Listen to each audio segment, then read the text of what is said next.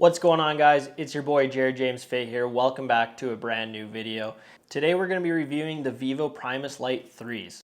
I'm in the zone now. Nothing can change what we on now. When I pull up, know it's going down. Foot on the gas, ain't no slowing down. Aiming for greatness, no settling.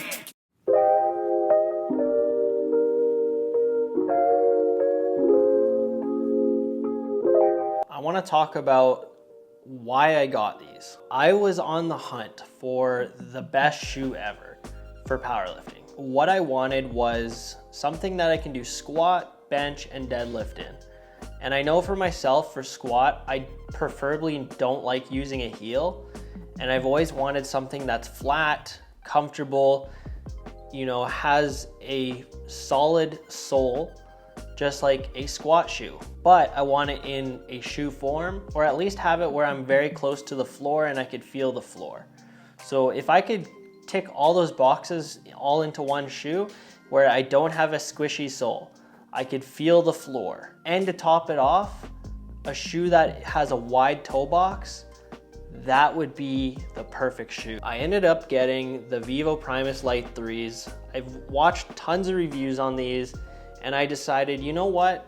I'm gonna try these out, see if they're worth it, because these aren't cheap. I think these were like over $300 when I bought these at the time. But I'm very glad I did, because it changed my entire training and everything, because I finally had a shoe that I could actually train in, that I actually felt comfortable in, and that didn't feel like it was weighing me down at all in my lifts. So this was the first shoe I actually felt very happy with and had very minimal anchoring or weighing me down when it comes to my lifting. So the reason why is because this had all the main checkpoints that I wanted. I wanted a wide toe box.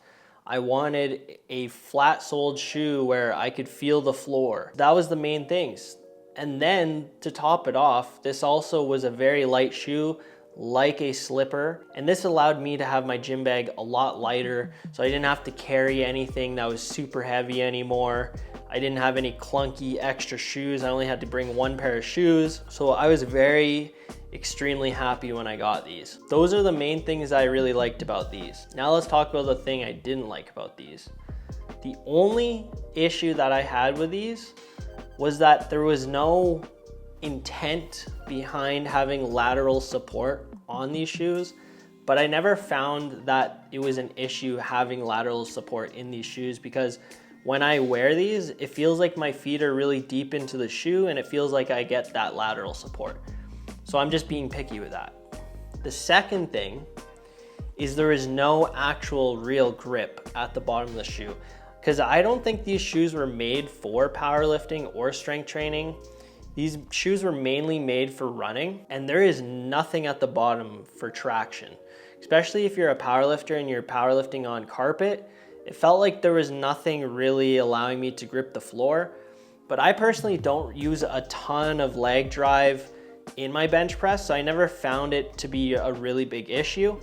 And I've never really worn a slipper or a shoe that had intentional grip at the bottom until later down the road, and then I found out, wow, that actually makes a huge difference. I would say these shoes checked almost every single box that I could have possibly wanted, and then I found some new problems, and then now I found some new solutions. So I found shoes that are better than these in my opinion. But I would say these are the top of the list of my favorite shoes of all time. I'm so glad that I got these when I did. I think these came at the time where I was looking and exploring different shoes, and these seemed to do the job that I wanted them to do. I still do wear these every now and then in my training, so don't get me wrong, I still use these, and it's not like I don't at all, but I still wouldn't use these on my competition days anymore, because I think there are better shoes now that have every single box ticked, because the new fad of having a wide toe box shoe in powerlifting has become very popular now. But back then it wasn't even that popular, and this just only started happening recently, where you can easily get shoes that are wide toed box with lateral support, the lightness of a slipper, but in shoe form.